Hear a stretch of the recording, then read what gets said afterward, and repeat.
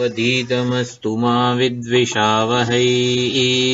ॐ शान्तिः शान्तिः शान्तिः। हरिः ॐ श्रीगुरुभ्यो नमः। हरिः ॐ।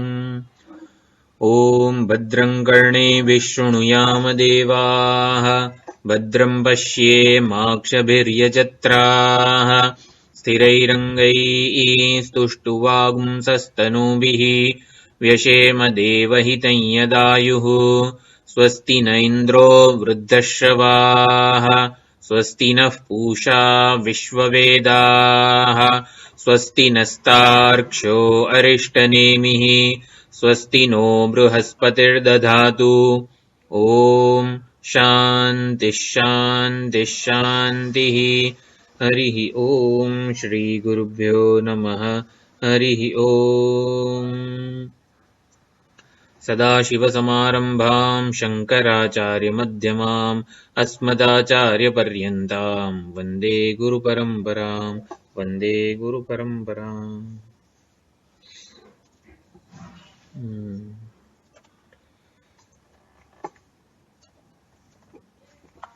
મંત્ર 3 છે મુંડકનો. મનનાત ત્રાયતે ઇતિ મંત્રઃ. મંત્ર જે ઉપનિષદ જે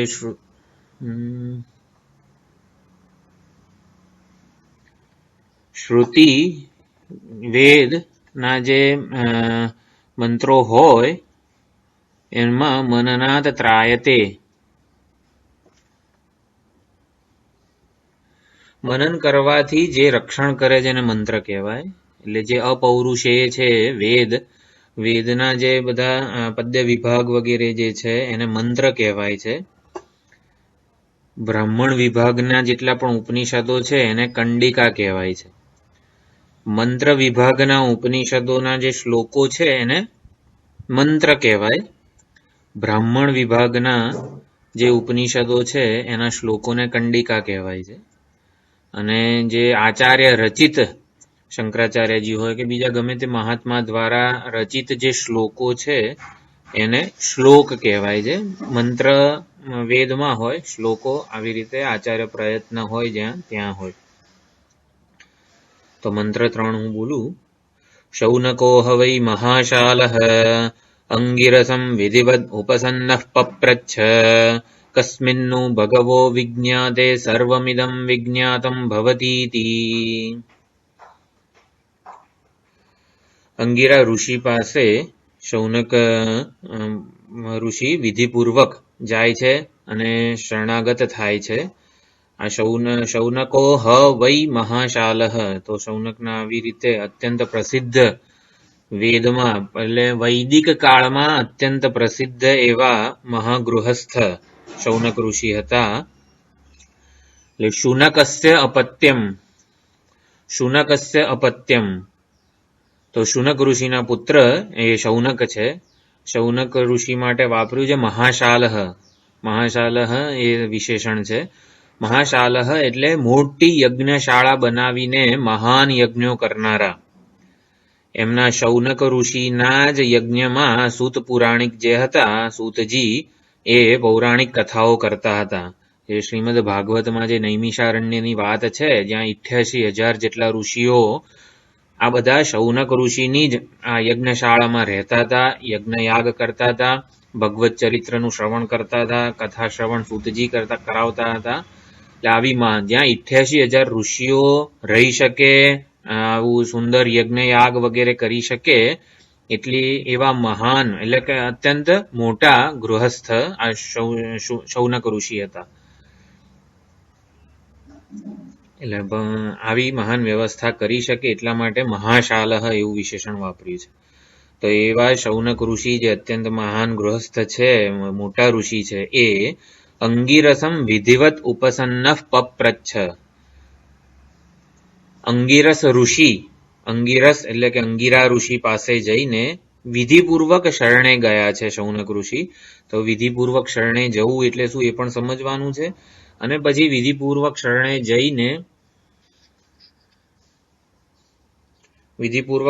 જઈને પપ્રચ્છ એમણે કંઈક પૂછ્યું છે.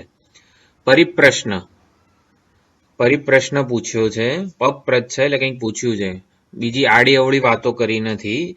આ શૌનક ઋષિ જિજ્ઞાસુ છે એટલે શૌનક ઋષિના મનમાં અમુક વાતાવરણ સર્જાયું જેથી એ અંગિરસ ઋષિ પાસે વિધિપૂર્વક જઈને શરણાગત થઈને પ્રશ્ન પૂછ્યો છે, કસ્મિન્નું ભગવો વિજ્ઞાતે સર્વમિદમ વિજ્ઞાતમ ભવતી ઇતિ. તો એવું શું થયું શૌનક ઋષિના જીવનમાં કે જેથી એમને આ વિવિદિશા કે જિજ્ઞાસા ઉત્પન્ન થઈ અને આવો પ્રશ્ન એમણે પૂછ્યો. એટલે એવું શું થયું એ પણ વિચારવાનું છે. એટલે આપણા જીવનમાં પણ એવું બનવું જોઈએ, એવી રીતે આપણે સમજવાનું છે. શું પ્રશ્ન પૂછ્યો? જે કસ્મિન્નું ભગવો વિજ્ઞાતે, હે ભગવાન શેને જાણવાથી આ બધું જ જણાયેલું થઈ જાય છે. તો એક પ્રકારનું ધાર્મિક જીવન હોય જેમાં ઈશ્વરાર્પણ બુદ્ધિ હોય, ઈશ્વરની પ્રસાદ બુદ્ધિ હોય, તો એવા મહાન ગૃહસ્થ અત્યંત પરિપક્વ હોઈએ અને ઉમદા મૂલ્યોનું જીવન પાલન થતું હોય, ઉમદા મૂલ્યો આપણા જીવનમાં હોય, યજ્ઞમય જીવન હોય, દાન પુણ્ય વગેરે સત્કર્મો પણ આપણે કરતા હોઈએ, ત્યારે આ વિવિદિશા જન્મે છે. બૃહદારણ્યક ઉપનિષદમાં કીધું છે, યજ્ઞેન દાનેન તપસા અનાશકેન બ્રાહ્મણાઃ વિવિદિશંતિ તમેતમ વેદાનુવચનેન યજ્ઞેન દાનેન તપસા નાશકેન બ્રાહ્મણાઃ વિવિદિશંતિ. તો વિવિદિશા જન્મે છે એક પ્રકારના આવી રીતે ધાર્મિક આધ્યાત્મિક જીવન જીવવાને લીધે. ધાર્મિક જીવન એટલે મૂલ્યનિષ્ઠ જીવન. આપણે મૂલ્યો પ્રમાણે જીવન જીવીએ, પ્રામાણિક જીવન જીવીએ, એ ધાર્મિક જીવન છે. એ પુણ્યકર્મની પ્રાપ્તિ કરાવી આપે. પણ એ જ ધાર્મિક જીવન જો નિષ્કામ ભાવે આપણે જીવીએ, એટલે નિસ્વાર્થ ભાવનાને આપણા જીવનમાં સ્થાન આપીએ, ત્યારે એ જ ધાર્મિક જીવન આધ્યાત્મિક જીવન બની જાય છે, આધ્યાત્મિક પ્રગતિનું સાધન બને છે. તો આ ફેઝ આપણા જીવનમાં ખૂબ જ અગત્યનો છે. ઘણા લોકોને આપણે જીવનમાં જોતા હોઈએ છીએ અત્યંત મૂલ્યનિષ્ઠ, સત્ય પ્રામાણિક જીવન જીવતા હોય છે. ટાઈમથી માંડીને બધી જ રીતે અત્યંત પંક્ચ્યુઅલ રહેતા હોય છે. બધી જ રીતે મારાથી કોઈને હિંસા ના થાય, ત્રણેય સ્તરે, કાયિક વાચિક માનસિક સ્તરે પણ કોઈને હું દુઃખ ન પહોંચાડું, એવું પણ સભાન જીવન જીવતા હોય, છતાં પણ વિવિદિશા જન્મતી નથી હોતી. વિવિદિશા એટલે પરમાત્માને જાણવાની ઈચ્છા. એટલે ધાર્મિક જીવન પછીનું આગળનું સ્ટેજ છે કે એ જ ધાર્મિક જીવન જ્યારે ઈશ્વરાર્પણ બુદ્ધિથી જીવવામાં આવે, નિષ્કામ ભાવનાથી, નિસ્વાર્થ ભાવનાથી, કર્મયોગ બનાવીને વગેરે જે ભગવાનનો ઉપદેશ આપ્યો છે એવું જ્યારે જીવન જીવવામાં આવે, ત્યારે આધ્યાત્મિક જીવનની શરૂઆત થાય છે. આધ્યાત્મિક જીવન એટલે વિવિદિશા, જિજ્ઞાસા, પરમાત્માને જાણવાની ઈચ્છા જન્મે. ત્યાં સુધી ફક્ત આપણે પ્રામાણિક જીવન જીવીએ તો એ ઈચ્છા નથી જન્મતી. એટલે ઈશ્વરના પ્રસાદ રૂપે, ઈશ્વરના અનુગ્રહ રૂપે ઈશ્વર પ્રસન્ન થાય ત્યારે આપણામાં વિવિદિશા જન્મે છે. પરમાત્માને જાણવાની ઈચ્છા થાય એ પણ મહાન પુણ્ય છે, એ પણ ઈશ્વરની કૃપાનું જ પરિણામ છે. કોઈ પણ જીવને એના મેળે, એના પ્રયત્નથી પરમાત્મા વિષયક જિજ્ઞાસા જન્મી શકે એવું ક્યાંય શાસ્ત્રોમાં આપણને મળતું નથી પ્રતિપાદન કે પરમાત્માને જાણવાની ઈચ્છા મને સ્વયં જન્મી છે, મેં પરીક્ષા કરી છે જગતની માટે જન્મી છે, એવું શક્ય જ નથી. એ પરમાત્માની કૃપાથી, પરમાત્માના પ્રસન્ન થાય, અનુગ્રહ થાય ત્યારે જ એને જાણવાની ઈચ્છા જન્મે. એટલે એ આધ્યાત્મિક જીવનની શરૂઆત છે. તો શૌનક ઋષિ આવી રીતે મૂલ્યનિષ્ઠ જીવન, પરિપક્વતા, યજ્ઞમય જીવન જીવતા હતા, અત્યંત દાન પુણ્ય વગેરે કર્મો કરતા હતા. એટલે જે વ્યવહાર એ કરતા હતા એ વ્યવહારને ઈશ્વર પ્રીત્યર્થે, ઈશ્વરની આજ્ઞા સમજીને, ઈશ્વરના સામર્થ્યથી કરું છું, અને જે એ ફળ મળે છે એનો સંપૂર્ણ યશ, જે કર્મ અને કર્મના ફળનો સંપૂર્ણ યશ ભગવાનને જ આપણે આપીએ, આવું જે જીવન છે, ત્યારે એક પ્રકારની વૈરાગ્ય કે જિજ્ઞાસુની ભૂમિકા આપણામાં જન્મતી હોય છે. અને ત્યારે આ પ્રશ્ન પૂછવાનું મન થાય કે સમગ્ર જગતમાં એક સંવાદિતા છે, સમગ્ર જગતનું એક સત્ય છે, એ સત્યને હું જાણી લઈશ, એ સત્યને હું પામી જઈશ, તો મારી સઘળી જિજ્ઞાસા પૂર્ણ થઈ જશે, મને પૂર્ણ સંતોષ જન્મશે. માટે કંઈક એવા જગતના મૂળભૂત કારણને મારે જાણવું જોઈએ એવી પ્રેરણા કે જિજ્ઞાસા વિવિદિશા જન્મે એ ખૂબ જ અગત્યનું છે. અને માટે એ વિવિદિશાથી પ્રેરાઈને શૌનક ઋષિ અંગિરા ઋષિ પાસે વિધિપૂર્વક ઉપસન્ન થઈને શરણાગત થઈને આ પ્રશ્ન પૂછે છે, કસ્મિન્નું ભગવો વિજ્ઞાતે સર્વમિદમ વિજ્ઞાતમ ભવતી ઇતિ. તો આપણે બીજા મંત્રમાં જે સંપ્રદાય પરંપરા હતી એમાં જોયું કે આ ભારદ્વાજના જે શિષ્ય છે અંગિરા ઋષિ, એમની પાસે આ અત્યંત પરિપક્વ થયેલું અંતઃકરણ ધરાવનારા શૌનક ઋષિ ગયા. શૌનક ઋષિના મનમાં કસ્મિન્નું ભગવોત વિજ્ઞાતે એ પ્રશ્ન જન્મ્યો જે એ જ બતાવે છે કે એ પરિપક્વ અંતઃકરણ ધરાવે છે. એમણે અંતઃકરણ શુદ્ધિ રૂપી સિદ્ધિ, અંતઃકરણ શુદ્ધિ, અંતઃકરણની પરિપક્વતા રૂપી સિદ્ધિ પ્રાપ્ત કરેલી છે. અને માટે એ હવે તૈયાર મન લઈને, વૈરાગ્ય કે જિજ્ઞાસુ એવું મન લઈને અંગિરા ઋષિ પાસે જાય છે. વિધિપૂર્વક, કઈ વિધિ છે શાસ્ત્રોમાં કે સમિધ, સૂકા લાકડા લઈને જવું જોઈએ. તો સમિધ એટલે કે સૂકા લાકડા એ પોતાના પરિપક્વ કે તૈયાર અંતઃકરણનું પ્રતીક છે. અને એ લઈને ગુરુ પાસે જવું જોઈએ. ગુરુ પાસે જઈએ ત્યારે રિક્ત પાણી એટલે કે ખાલી હાથે ન જવાય. ગુરુ છે, રાજા છે, ઈશ્વર, આપણે મંદિરમાં જઈએ ત્યારે પણ રિક્ત પાણી આપણે ન જવું જોઈએ. ગુરુ પાસે ભેટ, કઈ ભેટ તો કે પોતે કંઈક સમર્પણ કરે, પોતાનું અજ્ઞાન કે અથવા તો પોતાના આગ્રહો આપણે સમર્પિત કરીએ છીએ ગુરુજીના ચરણોમાં. એટલે વિધિપૂર્વક ગુરુજીની સામે શરણાગત થયા. એટલે કે આવા સૂકા લાકડા એટલે કે અત્યંત પરિપક્વ વૈરાગ્યવાન થઈને આપણે ગુરુજી પાસે જવું જોઈએ. આસક્તિ કે આસક્તિ રૂપી આલંબન, એક પણ આલંબન આપણા જીવનમાં ન હોય એવી રીતે ગુરુજી પાસે જવું જોઈએ. ચિન્મયાનંદજી મહારાજ એવું કહે કે જ્યારે વૈદિક કાળમાં, એટલે કે વૈદિક કાળમાં ને પહેલા પણ ગુરુ પાસે જવાનું હોય ત્યારે નદી ક્રોસ કરીને જવાનું હોય, નદીના પેલે પાર ગુરુજી ક્યાંય ગુફામાં અને પર્વતની ઓલામાં રહેતા હોય ત્યારે નાવડી જે છે એ નાવડીથી આપણે નદી ક્રોસ કરીને જઈએ પછી નાવડીને કિનારે રાખી નહીં મૂકવાની, એને નાવડીને છૂટી કરીને મૂકી દેવાની કે એ સામે જતી રહે, એટલે પાછા જવાનું જ ના હોય. એટલે કે આસક્તિ રૂપી એક પણ આલંબન આપણા જીવનમાં ન રહે ત્યારે જ સંપૂર્ણ ક્ષણ, હવે જે છે એ ગુરુ છે મારા માટે, મારા જીવનમાં મહત્વના. આસક્તિના એક પણ આલંબન, ચલો એકાદું પાછું તો હું રાખી મૂકું ને, કોક દાડો પાછા જવાનું, તાવ આવ્યો તો કંઈક થયું તો પાછા તો જઈ શકાય ઘેર, એક પણ આલંબન રાખવાનું નહીં જીવનમાં. એટલે આ પહેલા પ્રાચીન કાળની વાત છે. તો આવી રીતે તૈયાર અંતઃકરણનું પ્રતીક છે સમિધ, સૂકા લાકડા જે છે એ તૈયાર અંતઃકરણનું વૈરાગ્યનું પ્રતીક છે. વૈરાગ્ય હોય ત્યારે જ ગુરુ પાસે જવું જોઈએ, સંન્યાસપૂર્વક શ્રવણ કરવું જોઈએ વગેરે બધું આગળના જ આ મંત્રોમાં આવશે. અને પછી વિધિપૂર્વક, વિધિવત એ શબ્દ જોયો આપણે. પછી ઉપસન્ન એટલે શરણાગત થયા. તો અહીંયા પણ ઉપસદન શબ્દ ખૂબ જ સુંદર છે સંસ્કૃતમાં. ઉપસન્ન એટલે ઉપસદન કરવું જોઈએ કે શરણાગત થવું જોઈએ. એટલે કેવા પ્રકારની શરણાગતિ અહીંયા ઈષ્ટ છે કે મને જે જોઈએ છે એ એક માત્ર ગુરુ પાસેથી જ મને પ્રાપ્ત થઈ શકે એવું છે. એટલે મને શું જોઈએ છે એની પૂર્ણપણે સ્પષ્ટતા હોય ત્યારે ગુરુ પાસે જવું જોઈએ. એટલે મને શું જોઈએ છે એ પણ એટલું જ ક્લિયર, દ્રઢ અને સ્પષ્ટ હોવું જોઈએ કે મને આ દુઃખમાંથી, શોકમાંથી મુક્તિ જોઈએ છે. અને એ કેવળ અને કેવળ જ્ઞાન દ્વારા જ, આત્મજ્ઞાન દ્વારા, પરમાત્માના જ્ઞાન દ્વારા જ પ્રાપ્ત થઈ શકે છે. ચલો પરમાત્માનું જ્ઞાન કંઈક વાંચીને મેળવી લઈશું એવું પણ નહીં. એ આત્મજ્ઞાન કેવળ અને કેવળ ગુરુના શ્રી મુખેથી જ્યારે ઉપદેશાય ત્યારે જ મારા અજ્ઞાનનું નિવારણ કરે છે. એટલે ઉપસન્નમાં આવી રીતે ઘણું બધું આવી જાય છે કે મને જે જોઈએ છે એની સ્પષ્ટતા, મારા જીવનમાં જેને હું શોધી રહ્યો છું, પામી રહ્યો છું, એ કેવળ અને કેવળ એક સાચી સમજથી કે જ્ઞાન દ્વારા જ મળી શકે એમ છે.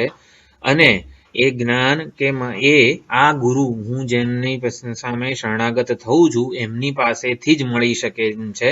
કોઈ ચમત્કારથી, કોઈ ઉપાસનાથી, કઈક વિશિષ્ટ પ્રકારની સાધનાથી, અનુભવથી પ્રાપ્ત થાય એવું નથી. આટલા બધા નિશ્ચય હોય, આવા નિશ્ચયપૂર્વક આપણે ગુરુ પાસે જવું જોઈએ. એટલે ઉપસન્ન એટલે ઉપસન્ન એટલે શરણાગતિના વિવિધ પગથિયા છે, તબક્કા પણ છે. કે દ્રઢ નિશ્ચય જન્મે કે મને જે જોઈએ એ ગુરુ પાસેથી જ મને મળવાનું છે. તદ્વિધિ પ્રણિપાતેન પરિપ્રશ્નેન સેવયા, શરણાગતિની જ આ વાત છે. ઉપદેક્ષ્યંતિ તે જ્ઞાનમ જ્ઞાનિનઃ તત્વદર્શિનઃ. તો તદ્વિધિ એ પરમાત્માને જાણવા માટે કઈ રીતે જાણવાના છે? પ્રણિપાતેન એટલે પ્રણિપાત એટલે કે નમ્રતાપૂર્વક, પ્રણિપાતેન પછી સેવયા ગુરુજીની નિસ્વાર્થ બનીને નિષ્કામ ભાવે સેવા કરવાની, અને પછી પરિપ્રશ્ન એટલે કે પ્રશ્ન પૂછીએ આપણે અને એનું સમાધાન આપણને મળે ત્યારે ઉપદેક્ષ્યંતિ તે જ્ઞાનમ એટલે હે અર્જુન એ વખતે મહાત્માઓ, જ્ઞાની મહાત્માઓ તને ઉપદેશ કરશે. એટલે ઉપદેક્ષ્યંતિ એટલે મહાત્માઓ જે ઉપદેશ કરે ત્યારે આપણી સાધના શું થાય? પછી શ્રવણ મનન નિધિધ્યાસન એ આપણી સાધના થાય. કે ઉપદેશ કરશે એવું કીધું છે. આ જ વસ્તુને વિવેક ચૂડામણીમાં તમારાધ્ય ગુરુમ ભક્ત્યા પ્રશ્રય સેવનૈઃ પ્રસન્નમ તમનુપ્રાપ્ય પૃચ્છેદ જ્ઞાતવ્યમ આત્મનઃ. તમારાધ્ય ગુરુની આરાધના કરવાની, ગુરુની આરાધના કરીને કેવી રીતે? ભક્ત્યા આરાધ્ય, પ્રેમથી, તત્પરતાથી, ભક્તિભાવપૂર્ણ, એક નમ્રતા અને સ્નેહથી મને જે જોઈએ જે ગુરુજી પાસેથી જ મળવાનું છે માટે હવે સેવા કરવી જ પડશે ને, એવું નહીં. જે વસ્તુ થાય અત્યંત પ્રેમથી જ થાય. શરણે ગયા પ્રણિપાત, સેવા અને પરિપ્રશ્ન. અને એ સમજવાનું છે કે ઉપદેક્ષ્યંતિ તે જ્ઞાનમ, ભગવાન જ્ઞાની મહાત્માઓ ઉપદેશ કરશે એટલે શું? કે પ્રશ્નનો ઉત્તર નથી આપવામાં આવતો ગુરુજી દ્વારા. ગુરુજી પ્રશ્નકર્તાને ઉત્તર આપે છે. આપણે કોઈ પણ આ શૌનક ઋષિએ અંગીરા ઋષિને પ્રશ્ન પૂછ્યો છે, તો શૌનકે પ્રશ્ન પૂછ્યો છે એટલે વાક્યનો કર્તા જાણે કે પ્રશ્ન નથી, પ્રશ્ન કરતા છે. એટલે કે શૌનકને ઉત્તર આપવામાં આવે છે, નહીં કે શૌનકે પૂછેલા પ્રશ્નને ઉત્તર આપવામાં આવે છે. આ આપણી વૈદિક સંસ્કૃતિની એક આગવી અથવા તો યુનિક વસ્તુ છે કે અહીંયા આપણે પ્રશ્ન પૂછીએ છીએ ગુરુને તો પ્રશ્નનો ઉત્તર ગુરુજી દ્વારા આપવામાં આવતો નથી. Question is not important, questioner is important. પ્રશ્નકર્તાને ઉત્તર આપવામાં આવે છે. આપણી જે ભૂમિકા છે, આપણી જે વિચારણા છે, આપણે કઈ રીતે આ પ્રશ્ન ઉપર આવ્યા છીએ એ વસ્તુને ગુરુજી સબ્જેક્ટ કરે છે. એટલે કે એ વસ્તુને ગુરુજી એનો આધાર લઈને ઉત્તર આપે છે. કે ગમે તે માણસ પ્રશ્ન પૂછે એવું નથી. કે જે ભૂમિકામાં અથવા તો જે વિચારણા એના મનમાં ચાલી છે એ વિચારણાને ઉત્તર આપવામાં આવે છે. માટે આ વસ્તુ ખૂબ જ અગત્યની છે કે પ્રશ્નકર્તાનું અજ્ઞાન જે છે એ નિવૃત્ત કરવાનું છે, પ્રશ્નનો જવાબ નથી આપવામાં આવતો. માટે ભૂમિકાનો અને સમજનો ખ્યાલ જિજ્ઞાસુ પોતે કઈ વિચારણાથી આ પ્રશ્ન ઉપર આવ્યો છે એ સમજવું ગુરુજી માટે ખૂબ જ જરૂરી હોય છે. માટે આ સેવા, પ્રણિપાત વગેરે કીધેલું છે. તો એનાથી ગુરુજી સાથે ટ્યુનઅપ થાય, એક પ્રકારનો રેપો સ્થપાય, ત્યારે આ બધી વસ્તુઓ આકાર લેતી હોય છે. કે સંવાદિતામાં ગુરુજી જે કહે એને હું સમજી શકું અને પછી એને મારા જીવનમાં હું ઉતારી શકું. એના માટે આ ઉપસન્ન શબ્દ છે. એટલે ઉપસદન એટલે કે શરણાગતિ ખૂબ જ જરૂરી છે. જિજ્ઞાસુ સમજી શકે એવી રીતે એની સમજ શક્તિને ધ્યાનમાં રાખીને ગુરુજી દ્વારા ઉત્તર આપવામાં આવે છે. માટે આ ઉપસદન પગથિયું ખૂબ જ જરૂરી છે. પછી કસ્મિનનું ભગવો એટલે હે ભગવઃ, સંબોધન વિભક્તિ છે ભગવત શબ્દની. વેદમાં ભગવઃ આવે છે તો ગુરુજીને સંબોધન છે. સદગુરુ રૂપે સ્વયં સાક્ષાત ભગવાન જ પ્રગટ થયેલા છે.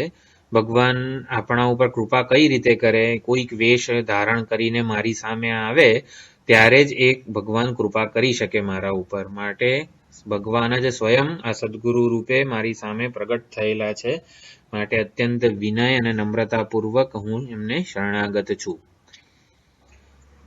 મને પછી કસ્મિન્નું ભગવો વિજ્ઞાતે આ જે પરિપ્રશ્ન છે, પરિપ્રશ્ન પૂછવાનો છે કે પૂછવો જોઈએ, એટલે કે એના સાધન સહિત ગુરુજી ઉત્તર આપે પછી સમાધાન જે છે એમાં સંપૂર્ણ વેદાંત શાસ્ત્રનું તાત્પર્ય જે આવી જાય એવી રીતે ઉત્તર હોય છે. માટે ગમે તેવો પ્રશ્ન ન પૂછાય, શિષ્ય જેટલી વિચારણાપૂર્વક પ્રશ્ન પૂછે છે, શિષ્યએ પ્રશ્ન પૂછવા માટે જેટલી વિચારણા કરી હશે એટલી વિચારણા ગુરુ ઉત્તર આપવામાં કરશે.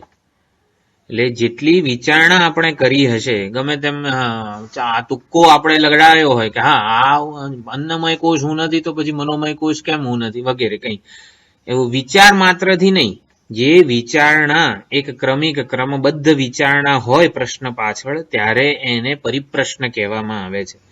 શિષ્યએ જેટલી મહેનત પ્રશ્ન પૂછવામાં કરી હશે એટલી મહેનત સદગુરુ ઉત્તર આપવામાં કરતા હોય. એટલે શૌનકનું મનોમંથન બતાવે છે. કસ્મિન્નું ભગવો વિજ્ઞાતે સર્વમિદમ વિજ્ઞાતમ ભવતીતિ.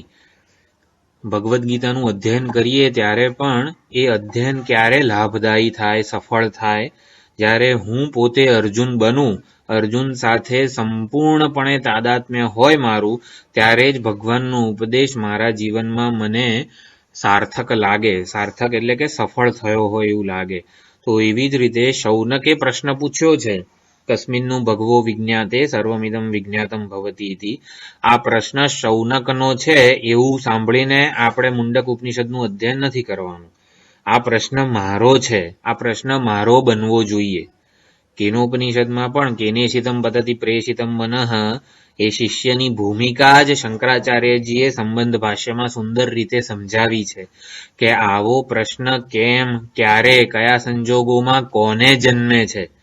એ શિષ્ય સાથે તાદાત્મ્ય થાય પછી અને પછી જ એનો જે ઉત્તર છે બીજો મંત્ર શ્રોત્રસ્ય શ્રોત્રમ મનસો મનોયત, એ આપણી સાથે સંબંધિત લાગે, આપણને આપણા જીવનમાં ઉપયોગી લાગે.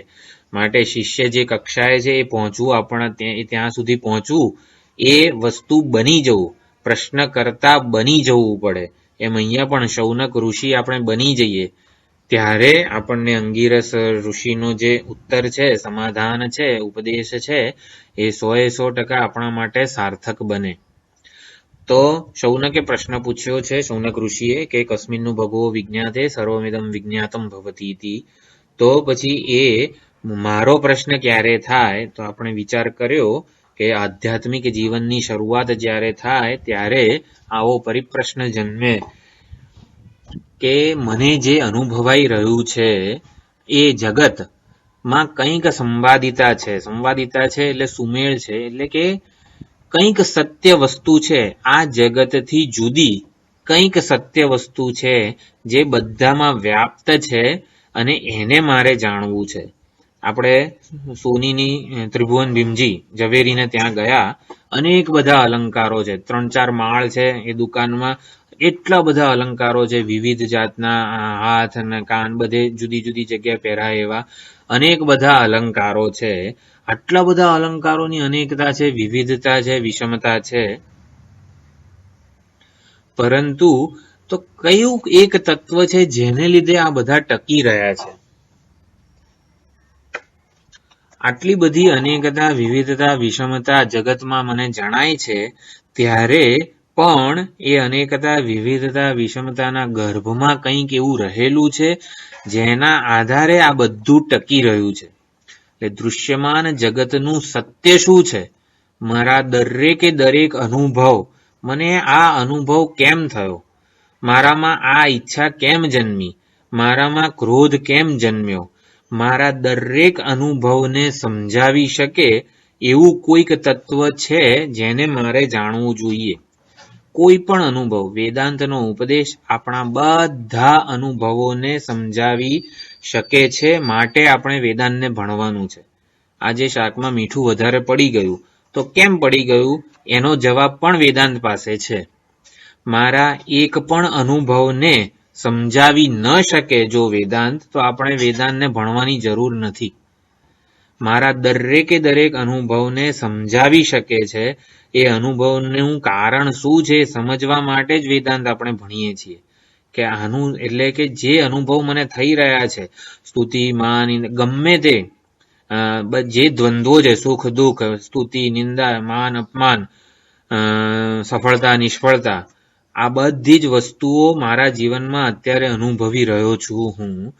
તો એને સમજવા માટે એનું સત્ય શું છે, એનું કારણ શું છે, એને સમજવા માટે આ પરમાત્મા વિષયક જ્ઞાન બધા સંશયોનો ઉચ્છેદ કરે છે, બધી ઘટનાને સમજાવે છે.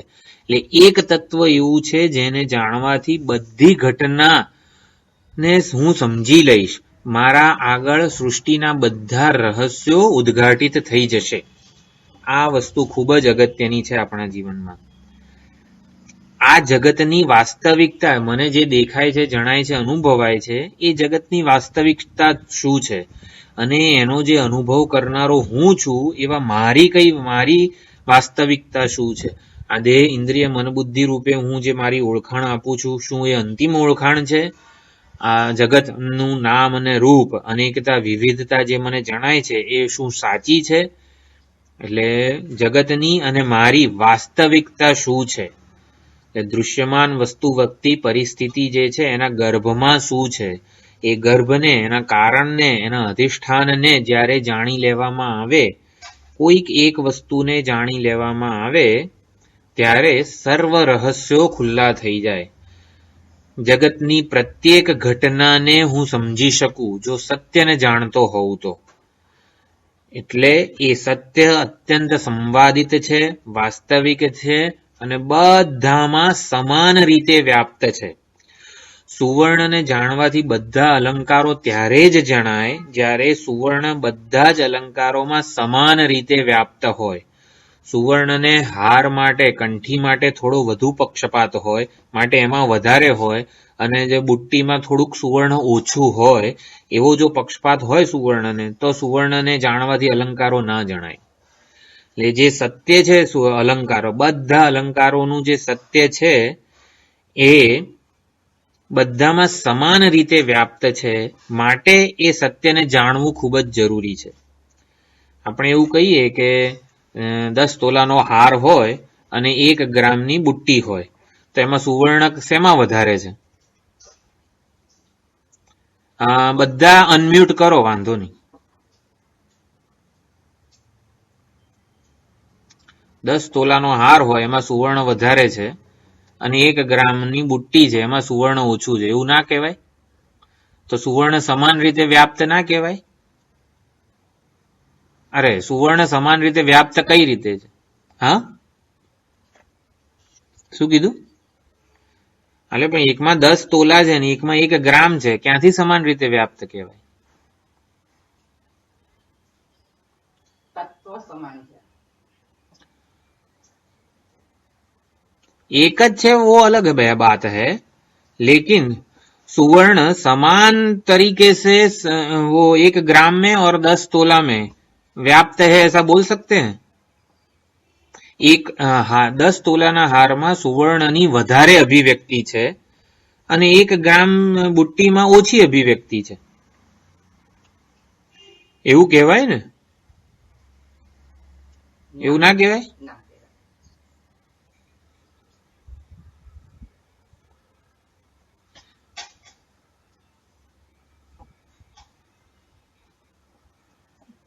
હા, આ વસ્તુ સમજવાની છે. સુવર્ણત્વ જે તત્વ છે એ 10 તોલામાં અને 1 ગ્રામમાં. હા, 1 ગ્રામ બુટ્ટીમાં અને 10 તોલાના હારમાં સુવર્ણત્વ સમાન રીતે વ્યાપ્ત છે. જો વાક્યનો કર્તા સુવર્ણને નહીં બનાવવાનો, તત્વને બનાવવાનો છે. એટલે સુવર્ણ સમાન રીતે વ્યાપ્ત છે એવું નહીં, સુવર્ણ તત્વ આપણે માટે ખૂબ જ અગત્યની આ વસ્તુ છે. જગતનું જે મૂળભૂત સત્ય તત્વ છે, એ સત્ય તત્વ શું છે? ચૈતન્ય. આ ચૈતન્ય જે છે એ મારામાં, જગતમાં અને બધામાં સમાન રીતે વ્યાપ્ત છે. સમાન રીતે વ્યાપ્ત છે એટલે કેવળ એ જ રહેલું છે. 10 ગ્રામ હાર હોય કે 1 ગ્રામની બુટ્ટી હોય, એમાં સુવર્ણ જ છે, સુવર્ણ સિવાય કશું જ નથી. એવી રીતે ચૈતન્ય સિવાય કશું જ નથી. એ ચૈતન્યને જાણી લઈએ તો સર્વ રહસ્યો ખુલી જાય છે આપણી આગળ. વિદ્યતે હૃદય ગ્રંથિ છિદ્યંતે સર્વ સંશયા. આ જે જ્ઞાનનું ફળ છે એ આગળ દ્વિતીય મુંડકમાં આવવાનું છે. તો એ સત્યને મારે જાણવું છે કે જેથી મને જગતની બધી ઘટના સમજાઈ જાય. એ પરિપ્રશ્ન શૌનકનો છે. તો આપણે શૌનક બનવાનું છે. શૌનક બનીને મુંડક ઉપનિષદનું અધ્યયન કરવાનું છે કે આ વાસ્તવિકતા, બસ એક સત્ય મૂળભૂત તત્વ જે બધી ઘટના, બધા વ્યક્તિ વસ્તુ પરિસ્થિતિના ગર્ભમાં રહેલું છે ને, મારા માટે હવે એ જ જીવનનો એકમાત્ર ધ્યેય છે. મારે બસ એ સત્યને જાણવું છે. બીજું કંઈ જ એનાથી વધારે ઓછું ખપે નહીં મને. એક જ મુદ્દાનો કાર્યક્રમ. સ્વામીજીનું આ બહુ પહેલાના જમાનામાં આ વાક્ય ખૂબ જ સ્વામીજી પોતાના પ્રવચનમાં, એક જ મુદ્દાનો કાર્યક્રમ. એક જ મુદ્દાનો કાર્યક્રમ, આપણે એને જ તત્પરતા કહેવાય, એને જ ભક્તિ કહેવાય. આ ભક્તિ વડે જ્ઞાન, ભક્તિ જ્ઞાનનું સાધન છે ને આ તે બધું જયારે કહેવામાં આવે, ભક્તિ એટલે આ એક જ મુદ્દાનો કાર્યક્રમ. બસ એ સત્યને જાણવા માટે આપણે મચી પડીએ, એને જ આપણે ભક્તિ કહેવાય. તો આ વાસ્તવિકતા જે સત્ય છે એને જ મારે જાણવું છે, એવો નિશ્ચય આપણામાં જન્મવો જોઈએ. આ ખૂબ જ અગત્યની વસ્તુ છે આપણા જીવનમાં, કે મારે એ સત્યને જાણવું છે. જે પ્રતીત થનારા કે અનુભવાતી જે અનેકતા વિવિધતા છે એ એના સ્તરે ભલે રહી, એનું કંઈક કારણ છે. 1 ગ્રામ બુટ્ટી અને 10 તોલાના હારમાં અનેકતા વિવિધતા વ્યક્તિમાં છે જ, પણ એ અનેકતાનું કારણ શું છે? કોના કારણે એ અનેકતા દેખાય છે? તો જે સમાન અને એક અદ્વિતીય અખંડ સુવર્ણ છે એ જ આ અનેકતાનું કારણ છે. એટલે એ સમજવાનું છે. અનેકતા વિવિધતા વિષમતા મને જણાય છે મારામાં અને જગતમાં, એ બધાનું કારણ અત્યંત સુંદર એક અદ્વિતીય હું જ છું. જે મને દેખાય છે એનું કારણ હું જ છું. આ કઈ રીતે, એને અહીંયા પરિપ્રશ્ન કીધો છે. કસ્મિન્નું ભગવો વિજ્ઞાતે સર્વમિદમ. મને જે જણાય છે એનું કારણ હું છું, એ કઈ રીતે? તો એ જ સમજવાનું છે. જોનારો જ સર્જન કરે છે. આપણે હમણાં કાયાવરણની શિબિરમાં દૃષ્ટિ સૃષ્ટિવાદમાં જોયું કે જોનારો જોવા દ્વારા જ સર્જન કરે છે. હજી એક આગળનું સ્ટેપ એવું છે, જોનારો પોતાને જ જુએ છે. આપણને એવું લાગે જોનારો જ સર્જન કરે છે, દ્રષ્ટા સર્જન કરે છે. સર્જન નામની કોઈ વસ્તુ છે નહીં. સુવર્ણ પોતાને અનેક અલંકારો રૂપે જોઈ રહ્યું છે. સુવર્ણ પોતાને જ જોઈ રહ્યું છે અનેક અલંકારો રૂપે. તો અનેક અલંકારો સર્જાયા પછી એવું તો ના જ કહેવાય. સુવર્ણ પોતે પોતાને અનેક અલંકારો રૂપે કલ્પે છે. બસ આ કલ્પવું ને એ જ સર્જન છે. તો એક અનેક રૂપે કઈ રીતે કલ્પાય છે, એવો શૌનકનો પ્રશ્ન છે અહીંયા. એક ચૈતન્ય, એક હું, અખંડ અદ્વિતીય ચૈતન્ય જ આ નામ રૂપાત્મક જગત અને આ કાર્યકરણ સંઘાત રૂપી ઉપાધિ રૂપે કઈ રીતે અભિવ્યક્ત થાય છે. એક ચૈતન્ય જ અનેક નામ અને રૂપના વેશ ધારણ કરે છે. તો એ ચૈતન્યને જાણી લઉં તો મને સર્વ નામ અને રૂપ, આકાર, પ્રયોજન આ બધાનો ભેદ ખુલી જાય, બધાનું રહસ્ય મને સમજાઈ જાય. ત્યારે પછી એ દ્રષ્ટા કે ચૈતન્ય જે છે એના ઉપર જ હું મારી નજર કેન્દ્રિત કરું, એને જ મારી સભાનતાનો વિષય બનાવું. બસ આ આખા મુંડક ઉપનિષદની થીમ છે. આપણે આ વિચાર સૂત્રને જ આપણે સમજવાનું છે. આ કસ્મિન્નું ભગવો વિજ્ઞાતે સર્વમિદમ વિજ્ઞાતમ ભવતી, આ પ્રતિજ્ઞા છે ઉપનિષદની. એક વિજ્ઞાનથી સર્વ વિજ્ઞાન, એક વિજ્ઞાનથી સંપૂર્ણ વિજ્ઞાન, સર્વજ્ઞતા, એ અહીંયા ખૂબ જ અગત્યનું છે. તો વેદાંતની કે ઉપનિષદની પ્રતિજ્ઞા છે એક વિજ્ઞાનથી સર્વ વિજ્ઞાન. પછી શૌનકો હ વૈ, હ એટલે નિશ્ચિતમ જ્ઞાનમ, નિશ્ચયેન ઉવાચ. શૌનક ઋષિએ નિશ્ચયપૂર્વક આ પ્રશ્ન પૂછ્યો છે.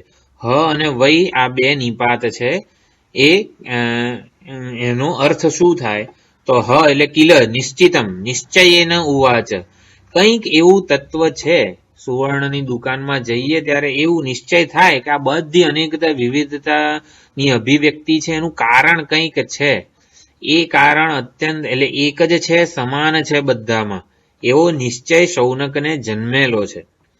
એટલે વેદોક્ત પ્રસિદ્ધિ છે એટલે શ્રુતિમાં પણ અત્ર તત્ર સર્વત્ર બધી જગ્યાએ આ એક વિજ્ઞાનથી સર્વ વિજ્ઞાનની વાત થયેલી છે. મૂળભૂત તત્વનું જ્ઞાન, મૂળભૂત વસ્તુ જે છે એનું જ્ઞાન સર્વજ્ઞતાનો હેતુ છે, આવું દરેક ઉપનિષદમાં છાંદોગ્ય બૃહદારણ્યક બધા ઉપનિષદોમાં છે. એટલે પરમ તત્વનું શાસ્ત્રોમાં આપણા વેદાંત શાસ્ત્રોમાં અનેક રીતે નિરૂપણ થયેલું છે. ઉપાધિ સહિત અને ઉપાધિ વગર, ઉપાધિના આલંબન વગર પણ એ પરમ તત્વનું આપણા શાસ્ત્રોમાં નિરૂપણ થયેલું છે. એ અત્યંત સૂક્ષ્મ તત્વ જે છે એનું આપણા શાસ્ત્રોમાં ઉપાધિપૂર્વક ઉપાધિના આલંબન સાથે અને ઉપાધિના આલંબન વિના પ્રતિપાદન થયેલું છે. ઉપાધિના આલંબન સાથે પ્રતિપાદન થયું હોય એટલે એ પરમ તત્વને જાણે કે જગત કારણ રૂપે આપણે જગત કારણ રૂપે એનું પ્રતિપાદન થયું હોય. ઉપાધિ વગર એ જ પરમ તત્વનું સત્યનું વાસ્તવિકતાનું મારા આત્મ સ્વરૂપે પ્રતિપાદન થયેલું હોય છે. ઉપાધિ સાથે એને જગત કારણ બતાવવામાં આવે છે. જગતના કારણ, જગતના સર્જનહાર, સર્વજ્ઞ, સર્વશક્તિમાન તત્પદ રૂપેનું નિરૂપણ થયેલું છે. અને એ જ તત્વ જ્યારે નિરૂપાધિક સ્વરૂપે ઉપાધિના આલમ વગર એ જગત કારણ જે છે તત્પદ છે એનું સાચું સ્વરૂપ શું તો કે ઉપાધિ વગરનું સાચું સ્વરૂપ તો મારું જ છે, હું જ છું. મારામાં જે ચૈતન્ય છે એ જ જગત કારણનું સાચું સ્વરૂપ છે. તો એવી રીતે ઉપાધિ વગર, ઉપાધિના આલંબન વગર પણ એનો ઉપદેશ કરવામાં આવે છે. માટે શૌનક ઋષિ કહે છે કે તમે એ પરમ તત્વનો આવી રીતે નિશ્ચયપૂર્વક મને ઉપદેશ આપો કે એ એક તત્વને જાણી લેવાથી સર્વનું જ્ઞાન મને થઈ જાય.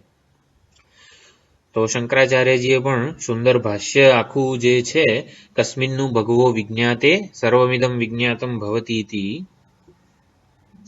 એમાં કસ્મિન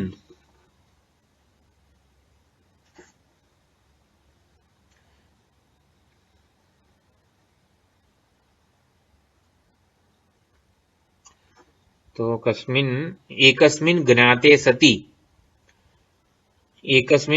સતી સર્વવિદ ભવતી, એકના જ્ઞાનથી સર્વવિદ સર્વજ્ઞ બની જવાય છે.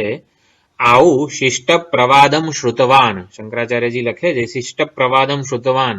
શૌનક ઋષિએ આ બધી જે 88,000 ઋષિમુનિઓ કથા શ્રવણ ને વગેરે બધું અનેક વાર કરેલું છે. માટે શિષ્ટ પ્રવાદમ એટલે અત્યંત શિષ્ટ મહાપુરુષો પાસેથી સાંભળેલું છે કે એકસ્મિન જ્ઞાતે સતી સર્વવિદ ભવતી, એક તત્વને જાણી લઈએ તો સર્વજ્ઞ બની જવાય, સર્વજ્ઞ થઈ જવાય, સર્વજ્ઞતા પ્રાપ્ત થાય એવું શૌનકે સાંભળેલું છે. તદ વિશેષમ વિજ્ઞાતુ કામઃ, એને વિશેષ રૂપે સામાન્ય જ્ઞાન છે કે પરમાત્માને જાણવાથી કે એકને જાણવાથી સર્વ દુઃખની નિવૃત્તિ છે, એકને જાણવાથી બધું જણાઈ જાય એવું સામાન્ય જ્ઞાન છે. તો એક તત્વ કયું છે? તદ વિશેષમ વિજ્ઞાતુ કામઃ, એ તત્વને વિશેષ રૂપે જાણવાની ઈચ્છાથી. આમ કાનમાં પડ્યું હોય, હા બરોબર છે, પણ એને વિશેષ રૂપે જાણવાની ઈચ્છાથી તદ વિશેષમ વિજ્ઞાતુ કામઃ સન ભગવઃ, હે ભગવન, સર્વમિદમ યદિદમ વિજ્ઞેયમ વિજ્ઞાતમ વિશેષેણ જ્ઞાતમ અવગતમ ભવતી.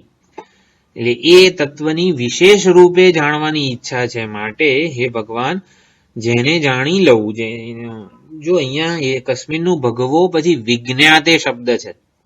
વિજ્ઞાતે, ખાલી જ્ઞાતે એવું નથી લખ્યું, વિજ્ઞાતે લખેલું છે. એટલે વિશેષેણ જ્ઞાતમ, વિશેષેણ વિજ્ઞેયમ, તો વિશેષ રૂપે સંપૂર્ણપણે જાણવાથી, વિશેષ રૂપે એટલે શું? મારા આત્મ સ્વરૂપે. ગમે તેવું મહાન સત્ય હોય પણ એ ત્યાં હોય, મારાથી જુદું હોય ને તો મને કોઈ રસ નથી એને સમજવામાં, સાંભળવામાં. એટલે એ જે સત્ય છે એ મારું પણ સત્ય છે ને, આપણને એમાં જ રસ છે.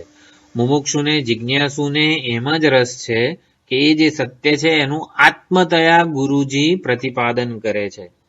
સત્યનું પ્રત્યેગાત્મ સ્વરૂપે ઉદ્ઘાટન કરે છે, માટે જ આપણને સૌને વેદાંતમાં રસ છે. અત્યંત મહાન વસ્તુ પણ આપણાથી જુદી જ રહેવાની હોય તો આપણને કોઈ રસ નથી. એટલે વિજ્ઞાતે એ આત્મતયા મારાથી અભિન્ન સ્વરૂપે વસ્તુનું પ્રતિપાદન થાય ત્યારે સર્વમિદમ વિજ્ઞાતમ ભવતી હતી. તત યત તત કસ્મિન ઉ વિજ્ઞાતે સતી, એટલે એ જે તત્વ છે, પરમ તત્વ, સત્ય તત્વ, એ કેવું છે, એ શું છે એવું વિતર્કયન પપ્રચ્છ, એ શું છે એવું વિતર્ક કરીને, વિતર્ક એટલે આપણે જે તર્ક કરીએ છીએ એ અર્થ નથી.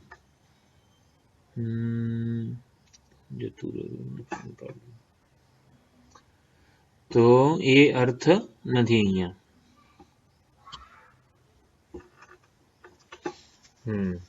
અને વિજ્ઞાન, વિજ્ઞાન કોને કહેવાય અને જ્ઞાન કોને કહેવાય? તો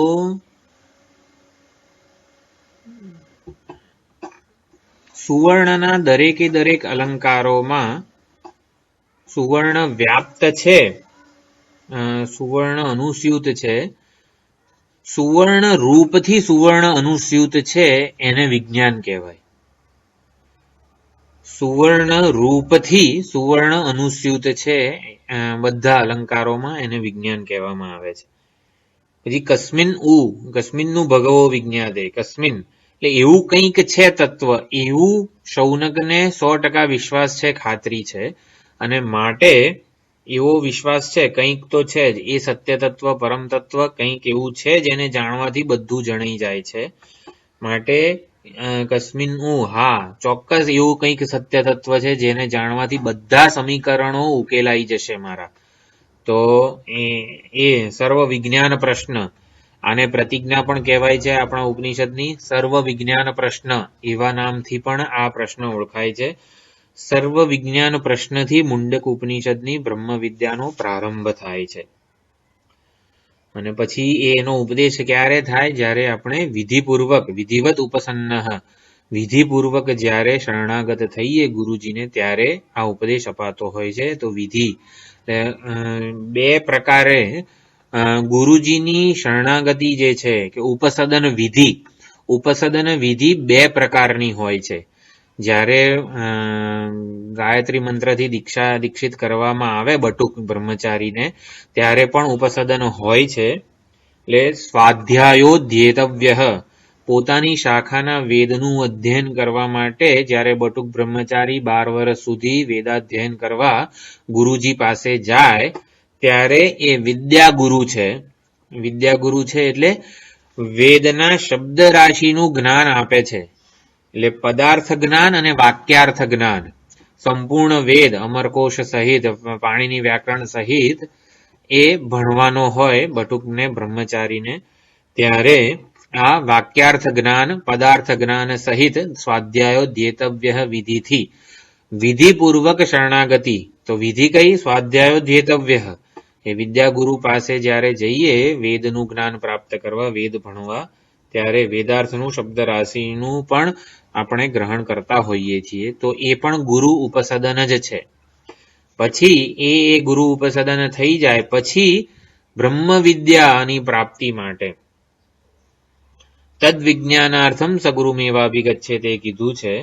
પરમાત્મા વિષયક જ્ઞાનની ઈચ્છામાં હોય, વિવિદિશા જન્મે, જિજ્ઞાસા જન્મે જ્યારે, ત્યારે ગુરુજીનું જે ઉપસદન થાય, ત્યારે પરમાત્મા વિષયક વિજ્ઞાન પ્રાપ્ત કરવા માટે પણ ગુરુજી પાસે જવાનું છે. તો આ બીજા પ્રકારનું ઉપસદન છે.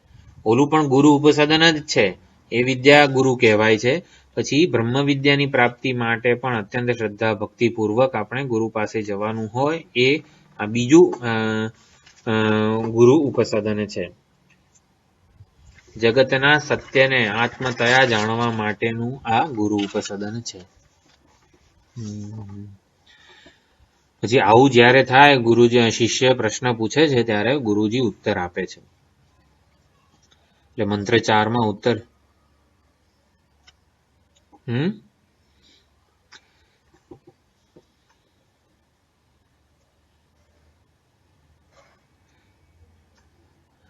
હા, અનમ્યુટ કરો બધા. પેલા હું જ તમને પૂછું, જ્ઞાન અને વિજ્ઞાનમાં શું ફરક છે?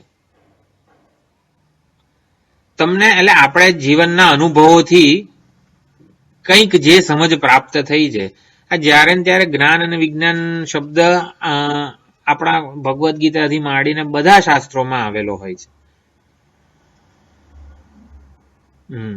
તો જ્ઞાન અને વિશેષણ જ્ઞાનમ વિજ્ઞાનમ, વિશેષ જ્ઞાનને વિજ્ઞાન કહેવાય.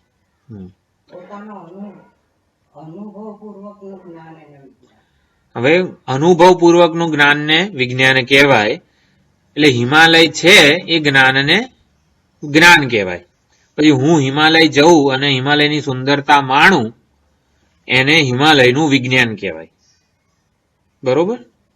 હવે આ વિજ્ઞાનનો આવો અર્થ સામાન્ય રીતે વ્યવહારમાં પ્રચલિત છે. પછી વેદાંતનું તાત્પર્ય જે છે, વેદાંત વિજ્ઞાનનો અર્થ શું કરે છે ને એ મહત્વનું છે. સામાન્ય વ્યવહારનો અર્થ આવો કે અનુભવ સહિતનું જ્ઞાન હોય એને વિજ્ઞાન કહેવાય. પરંતુ આપણે જિજ્ઞાસુ સાધક માટે વેદાંત શું કે છે, વિજ્ઞાન શબ્દનો અર્થ એ મહત્વનું છે. સામાન્ય અર્થ આવો છે જ. બ્રહ્મ અસ્તિ, જગત કારણ ઈશ્વર છે. તો જગત કારણ, જગતના સર્જનહાર ભગવાન છે, એ એમને નથી જગત સર્જાઈ ગયું. તો જગત કારણ ઈશ્વર છે એ આપણે જ્યારે જાણીએ શાસ્ત્રો પાસેથી, એને જ્ઞાન કહેવાય. પછી એ જગત કારણ હું છું, જગત કારણ ઈશ્વર છે એવું જાણીએ તો શું લાભ થયો? વધુમાં વધુ આપણે એ ઈશ્વરને નમસ્કાર કરીએ, આપણો અહંકાર ઝુકાવીએ, એને જાણીએ, એની ભક્તિ કરીએ, એને પ્રેમપૂર્વક એની સેવા, આરાધના, શ્રવણમ કીર્તનમ વિષ્ણોઃ સ્મરણમ પાદ સેવનમ, આ બધું કરીએ. ઈશ્વર છે, જગતનો સર્જનહાર છે, અત્યંત કૃપાળુ છે, હિતેચ્છુ છે, મારો શરણ્ય છે, આ બધું આને જ્ઞાન કહેવાય. એટલે ઈશ્વર સાથે પણ ભેદપૂર્વકનો જ વ્યવહાર થાય ત્યારે એને જ્ઞાન કહેવાય, ત્યારે ઈશ્વર વિષયક જ્ઞાન કહેવાય. પછી એ જ ઈશ્વરના પરમ સત્યને જાણવાનો પ્રયત્ન કરું કે ક્યાં સુધી તું મારાથી દૂર રહીશ, ક્યાં સુધી મારે તારી ભિન્ન ભેદ ભાવ રાખીને આરાધના કરવાની. એટલે ઈશ્વર પણ, એટલે આપણી જે આરાધના, સેવા, પૂજા વગેરે જે કંઈ પણ છે, ઈશ્વરની ભક્તિ આપણે કરીએ છીએ, એ જ ભક્તિ ભલે ને ભેદપૂર્વક થાય, ભેદભાવ સાથે થાય, પરંતુ એ ભેદભાવ સાથે થતી ઈશ્વર ભક્તિ પણ અપૂર્ણ છે. અપૂર્ણ છે એટલે કઈ રીતે? એક અભિનેતા છે, એને હું હંમેશા રાજા સ્વરૂપે જ એ આવતો હોય, મારો પ્રિય અભિનેતા છે, એ રાજા સ્વરૂપે જ આવે છે, દરેક ફિલ્મમાં એ રાજા સ્વરૂપે જ આવે છે. એટલા માટે રાજા પણ એનું પ્રખ્યાત થઈ ગયું છે. બરોબર? તો હવે રાજા રૂપે જ હું એની જોડે વ્યવહાર કર્યા કરું, એટલે એ રાજા છે એવું માનીને જ એની જોડે વ્યવહાર કર્યા કરું, તો એ સાચું છે ખરું?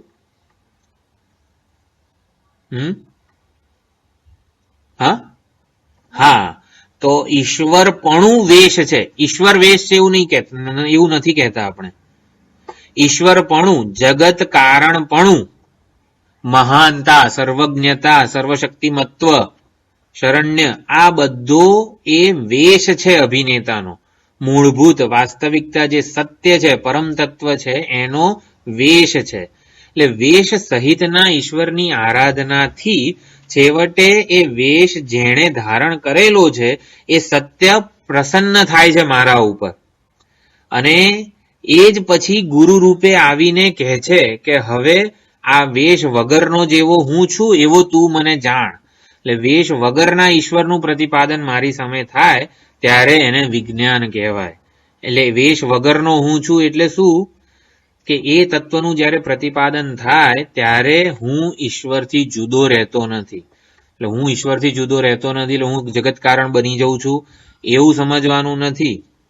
ઈશ્વર મારા સગુણ સોપાધિક સ્વરૂપ જે છે એ પ્રસન્ન થાય, અનુકૂળ થાય, અનુગ્રહ કરે, ગુરુ રૂપે પ્રગટ થાય, શાસ્ત્રોનું શ્રવણ મનન નિધિધ્યાસન કરાવે મારી પાસે અને મારું પણ શોધન કરે, એટલે કે મારામાંથી પણ આ ઉપાધિ અંશને બાધ કરે, ત્યારે ઈશ્વર ચૈતન્ય મારા પ્રત્યેગાત્મા રૂપે પ્રગટ થાય.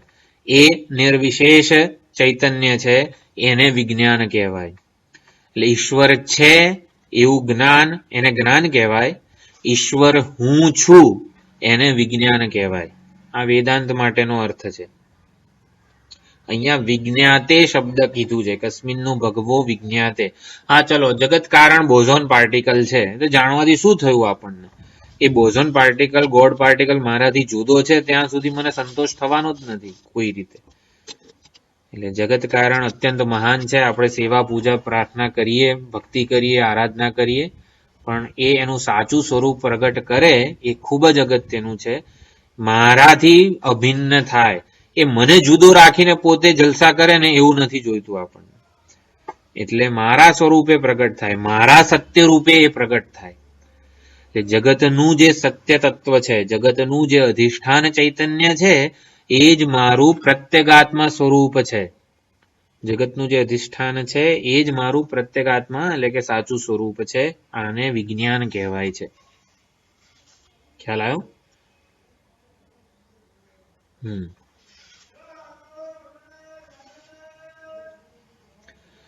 એટલે કસ્મિનનું ભગવો વિજ્ઞાતે શબ્દ, દરેકે દરેક શબ્દ ઉપનિષદનો એટલો બધો સુંદર વિચારણામાં આપણને પ્રેરિત કરે છે. એક વિજ્ઞાતે શબ્દ જ છે, જુઓ કેટલી સરસ વિચારણા કરાવે છે.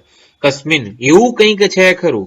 જો છાંદોગ્ય ઉપનિષદમાં પણ આપણને બધાને ખબર છે ઇન્દ્ર વિરોચનની વાત, કે બ્રહ્માજી પ્રજાપતિએ પહેલા આમ એનાઉન્સમેન્ટ, બ્રહ્મની સભામાં એનાઉન્સમેન્ટ કર્યું હતું કે આ આત્મા અપહત પાપમાં છે, વિજરહ વિમૃત્યુ વિશોકઃ વિજિગિત્સઃ, એને જાણવાથી બધા ભોગો પ્રાપ્ત થઈ જશે, એને જાણવાથી બધું સુખ પ્રાપ્ત થઈ જશે. આવું જાણે કે ઉદ્ઘોષણા કરી હતી. તો એનું સામાન્ય જ્ઞાન હોવું ને, એટલે સામાન્ય જાણકારી હોવી એને જ્ઞાન કહેવાય. હા, કોઈક એવું આત્મતત્વ છે, વિજરહ વિમૃત્યુ વિશોક છે, હા એને મારે જાણવો જોઈએ. એ હા સત્ય છે, એને જાણવું જોઈએ, એને વિજ્ઞાન કહેવાય, એને જ્ઞાન કહેવાય. પછી એને જાણવા માટે, વિશેષ રૂપે જાણવા માટે આપણે ગુરુ ઉપસાધન, બધા મૂલ્યો, નિસ્વાર્થ સેવા, ભક્તિયોગ, આરાધના વગેરે બધું કરીએ અને એને સાચા સ્વરૂપે જાણીએ, આત્મ સ્વરૂપે જાણીએ, એને વિજ્ઞાન કહેવાય છે. એટલે સામાન્ય જ્ઞાન એને જ્ઞાન કહેવાય, સામાન્ય જાણકારી, ઇન્ફોર્મેશન જેને કહેવાય, માહિતી, એને જ્ઞાન કહેવાય. વિજ્ઞાન એટલે અપરોક્ષતાયા, એનો દૃઢ નિશ્ચય, એ મારા આત્મ સ્વરૂપે પ્રગટ થાય ત્યારે.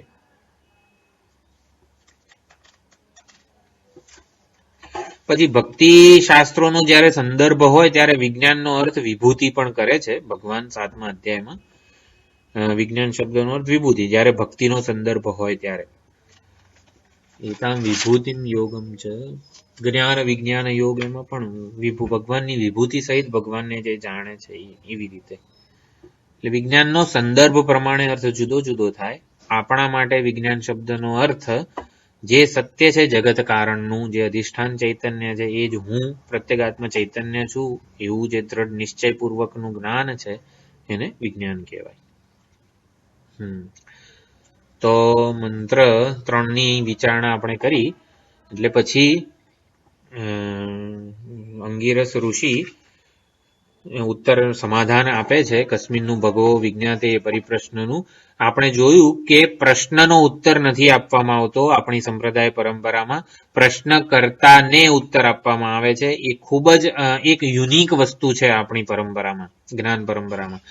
તો આખું અંગિરા ઋષિ એક ભૂમિકા સર્જે છે ઉત્તરની.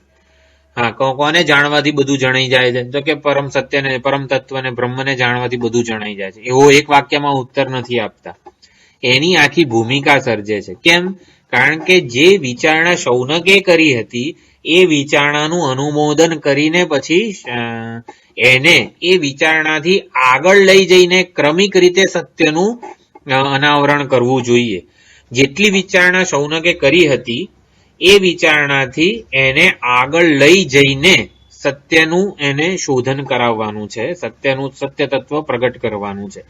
એટલે જે વિચારણા શૌનકે કરી હતી એ વિચારણા, એ ભૂમિકા જે છે ત્યાંથી આરૂઢ કરે છે અંગિરા ઋષિ, અને માટે સીધો જવાબ નથી આપતા, પરંતુ આખી ભૂમિકા સર્જીને શિષ્યને ત્યાં સુધી લઈ જાય છે, સત્ય તત્વ સુધી.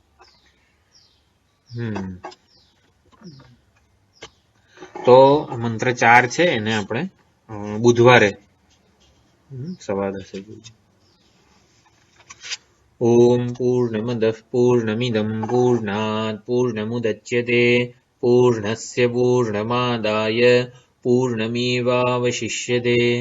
ઓમ શાંતિ શાંતિ શાંતિ. હરિ ઓમ. શ્રી ગુરુભ્યો નમઃ. હરિ ઓમ.